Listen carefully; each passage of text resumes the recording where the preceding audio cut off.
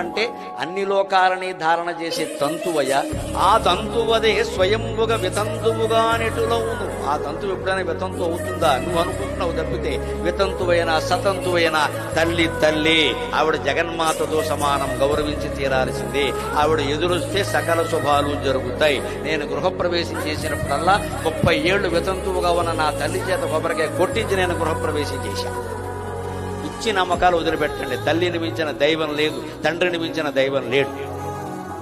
వాళ్లే కొబ్బరికాయ కొట్టారు. వాళ్ళు ఏ స్థితిలో ఉండనేయండి. వాళ్ళు నేను కొట్టలేను అంటే వేరే విషయం. వాళ్ళకే ముందు ప్రార్థన.